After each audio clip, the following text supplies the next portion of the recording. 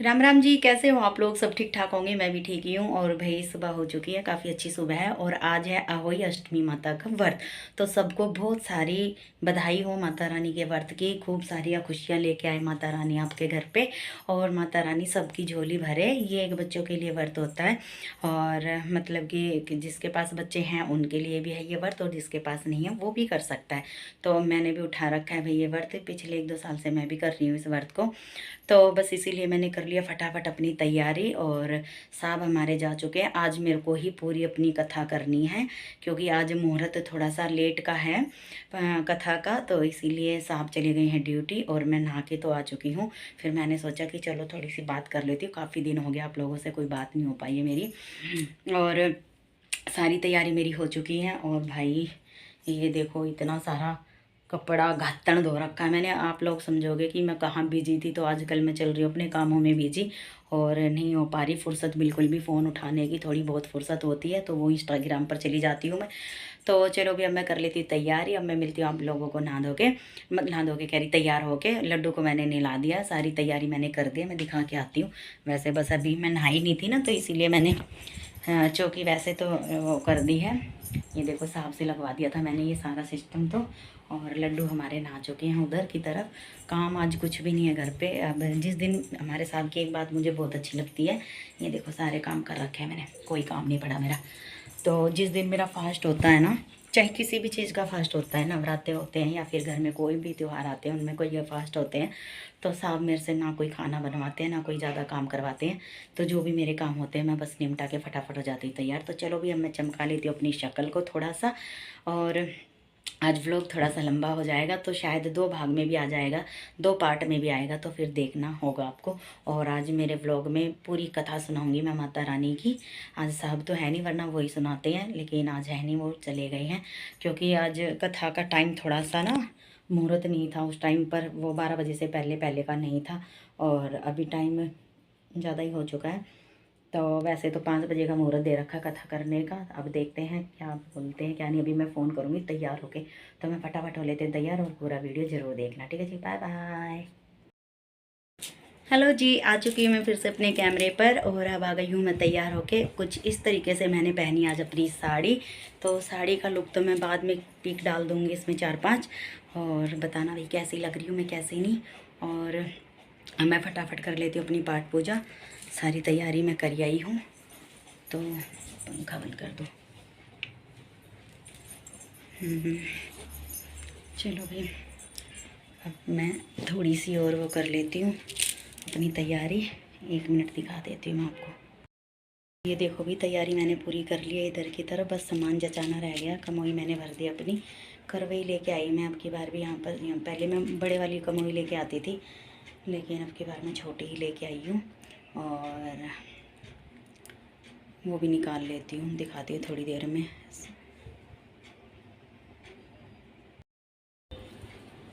बोलो अहोई माता की जय, माता रानी की व्रत कथा। प्राचीन काल में किसी नगर में एक साहूकार रहता था। उसके 7 लड़के थे। दीपावली से पहले साहूकार की स्त्री घर की पीला पोती के लिए मिट्टी लेने को खदान में गई और खदान में कुदाल से जब मिट्टी खोदने लगी तो देवयोग से उस ही जगह एक सेह की मांद थी। सहसा उस स्त्री के हाथ से कुदाली सेह के बच्चे को लग गई, जिससे सेह का बच्चा उसी क्षण मर गया। यह हत्या हुई देखकर उस स्त्री को बहुत दुख हुआ, परंतु अब क्या हो सकता है। वह स्त्री पश्चात करती हुई अपने घर आ गई। कुछ दिन के बाद उस स्त्री का लड़का मर गया, फिर दूसरा और तीसरा, अर्थात 1 वर्ष में उसके 7 लड़के मर गए। इस पर वह स्त्री रात दिन अत्यंत दुखित रहने लगी। एक दिन उसे अपने पड़ोस की स्त्रियों से रो रो कर कहा कि मैंने जानबूझकर कोई पाप नहीं किया है। एक बार मैं मिट्टी खोदने को खदान में गई थी। जब मिट्टी खोदने में सहसा मेरी कुल्हाड़ी से एक सेह का बच्चा मर गया था। तभी से 1 वर्ष के भीतर 7 लड़के मर गए। यह सुनकर उन स्त्रियों ने धैर्य देते हुए कहा कि तूने तो यह बात हम सबको सुनाकर पश्चात किया है, इससे तेरा आधा पाप धोकर नष्ट हो गया। सो अब तुम उसी अष्टमी को भगवती की शरण लेकर सेह और सेह के बच्चों का चित्र बनाकर उनकी पूजा करो और क्षमा याचन करो। ईश्वर की कृपा से तुम्हारा समस्त पाप धुल जाएगा और तुम्हें पहले की तरह से ही पुत्रों की प्राप्ति हो जाएगी। उन सब की बात मानकर उस स्त्री ने कार्तिक मास की कृष्ण पक्ष की अष्टमी को व्रत किया तथा हर साल व्रत व पूजन करती रही। फिर उसे ईश्वर की कृपा से 7 पुत्र प्राप्त हुए। तभी से इस व्रत की परंपरा चली आ रही है। जय हो मेरी अहोई माता।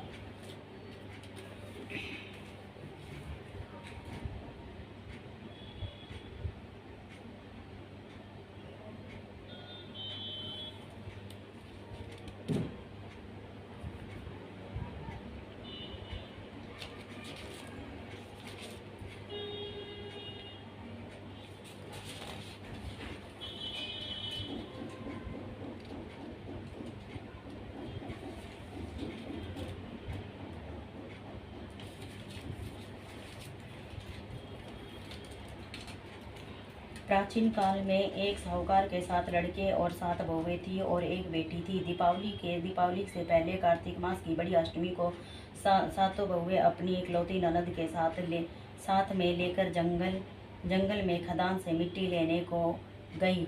जहाँ से वे सब मिट्टी खोद रही थी वही साहू माता सेह की मांद थी। मिट्टी खोदते समय सेह का बच्चा मर गया। साहू माता ने कहा कि तूने मेरा बच्चा मार कर मुझे निपुत्री कर दिया, इसीलिए मैं तेरी कोख बांधती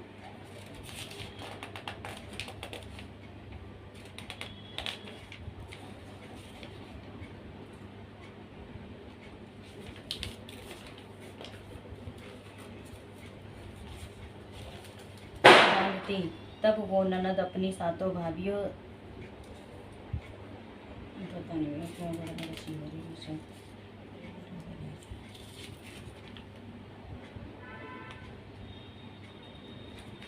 कोख बांधूंगी। तब वो ननद अपनी सातों भाभियों से बोली कि तुम में से कोई मेरे बदले में अपनी कोख बंधवा लो। 6 भाभियों ने अपनी कोख बंधवाने से इनकार कर दिया, परंतु छोटी भाभी सोचने लगी कि यदि मैं अपनी ननद का कहना नहीं मानूंगी तो कहीं सासू जी मुझसे रूठ ना जाए। इस विचार से उसने अपनी ननद के बदले में अपनी कोख बंधा ली। इससे जब उसके लड़का हुआ तो वह 7वें दिन मर गया। इसी प्रकार उसके 7 लड़के हुए और मर गए। तब एक दिन उसने ज्योतिषी को बुलाकर पूछा कि महाराज, ये क्या बात है? मेरे जो संतान होती है वो 7वें दिन मर जाती है, सो इसका क्या कारण है? तब पंडित जी बोले कि देवी, तुम सुरही गाय की पूजा किया करो, क्योंकि सुरही गाय साहू माता की भाईली है। वो तेरी कोख छोड़े तो तभी तुम्हारा बच्चा जी सकता है। इसके बाद से वह बहु नियति प्रति प्रातः काल उठ करके चुपचाप सुरही गाय के नीचे सफाई करके उनके प्रकार से सेवा खिदमत करती। गौ माता यह देख कर कि साहूकार के बेटे की बहु नियति प्रति मेरी बहुत सेवा करती है। गौ माता उससे बोली कि तू मेरी बहुत सेवा करती है, इसीलिए मेरी आत्मा तुमसे बहुत प्रसन्न है। इसीलिए मांग, मुझसे क्या मांगती है? साहूकार के बेटे की बहू बोली कि साहू माता तुम्हारी भाईली है और उन्होंने मेरी कोख बांध रखी है, सो आप कृपया करके अपनी भाईली से मेरी कोख खुलवा दो। उस दुखियारी की यह बात सुनकर गौ माता बोली, अच्छा। एक दिन गौ माता उसे साथ ले समुद्र पार अपनी भाईली के पास चल दी। मार्ग में धूप बहुत कड़ी पड़ रही थी, सो वे दोनों एक पेड़ के नीचे छाया में बैठ गई। थोड़ी देर में वहां एक सांप आया और उसी वृक्ष पर गरुड़ पखनी के बच्चे दे रहे थे बच्चे दे रहे थे बच्चे दे रखे थे। वो सर्प उन बच्चों को डसने लगा। तब साहूकार की बहू ने उस सर्प को मार करके डाल के नीचे दबा दिया और उन बच्चों को बचा लिया। थोड़ी देर में गरुड़ पंखनी आई तो वहाँ खून पड़ा देखकर साहूकार की बहू के चोंच मारने लगी। तब वह बहू बोली कि मैंने ही तो तेरे बच्चों की सर्प को मार कर रक्षा की है और तू मेरी ही दुश्मन हो गई। साहूकार की साहूकार की बहू के चोंच मारने साहूकार की बहू की बात सुनकर गरुड़ प्रसन्न होकर बोली, तूने मेरे बच्चे बचाए हैं, इसीलिए मांग क्या मांगती है। वह बोली कि हमें 7 समुद्र के पार स्याऊ माता के पास पहुंचा दे। तब गरुड़ पंखनी ने उस दोनों को अपनी पीठ पर बैठाकर लंबी उड़ान भरकर उन्हें 7 समुद्र पार स्याऊ माता के पास पहुंचा दिया। स्याऊ माता अपनी भायाली गौ माता को देखकर बहुत प्रसन्न और बोली कि भायली आजा तो बहुत दिनों में मिली है। फिर बोली कि बहन मेरे सिर में जुएं बहुत पड़ गई हैं। तब सुरही गऊ बोली कि मेरे साथ मेरी भगतनी आई है, ये तेरी सब जुएं निकाल देगी।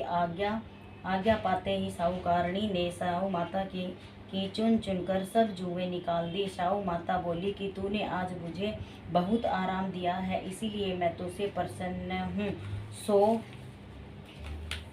सो आज जो चाहे सो मांग ले, मैं तुझे दूंगी। तब साहूकारनी बोली कि वचन दो तो मानूं। स्याऊ माता बोली, अच्छा वचन दिया और कहा कि यदि मैं अपने वचन से फिरूंगी तो धोबी कुंड में कंकरी हो जाऊं। तब साहूकार की बहू बोली कि मेरी कोख तुम्हारे पास बंधी पड़ी है, सो कृपया करके खोल दो। उसकी यह बात सुनकर स्याऊ माता बोली कि तूने तो मुझे ठग ही लिया। मैं तेरी कोख कभी नहीं खोलती, परंतु अब तो खोलनी ही पड़ेगी। जा, तेरे घर तुझे 7 लड़के और उन 7 की 7 बहुएं मिल जाएंगी। तू घर जा करके मेरे 7 उज्जवन करियो, 7 अहोई बनाकर 7 कढ़ाई कर दियो।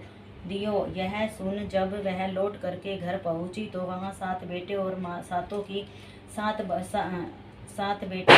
की 7 बहुएं घर बैठे मिले। यह देखकर वह बहुत खुश हुई।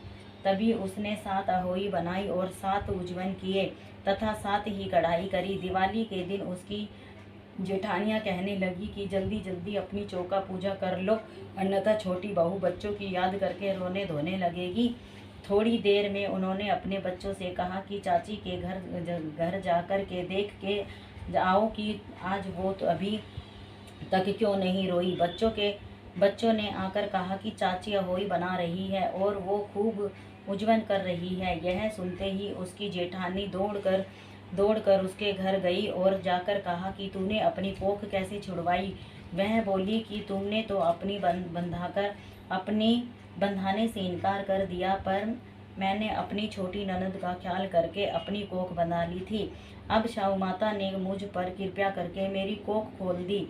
जिस प्रकार मेरी कोख खोली है, उसी प्रकार संसार की सभी नारियों की कोख खोल देना। यह कहानी है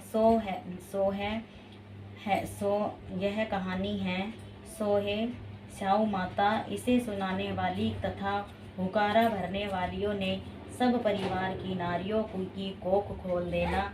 यही हम सब की तुमसे विनती है। बोलो अहोई माता की जय। बोलो गणपति महाराज की जय।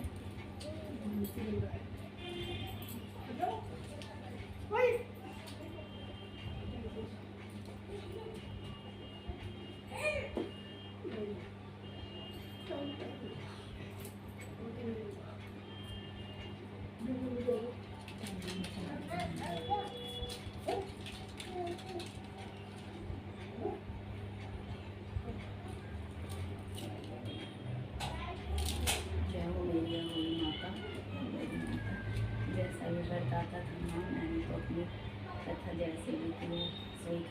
मेरी माँ और सब बहनों की कोख खोलना माँ, जो आज मेरी तरह है माँ, सबकी कोख खोल देना माँ।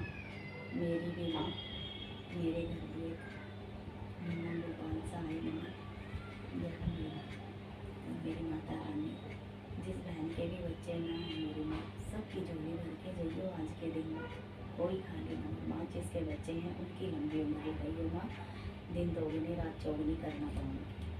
जय माता दी, जय मेरे लड्डू। अब मैं अर्घ दियाती हूँ चांद को और अंगूठी को निकाल, फिर इसके बाद मिलती हूँ मैं आप लोगों को। और भी माफ़ी चाहती हूँ, जैसे कि मैंने कथा करी है तो आज मैंने पहली बार अकेली ही की है, तो क्षमा करना, अगर कोई गलती हुई तो माफ़ करना। अभी मिलती हूँ थोड़ी देर में।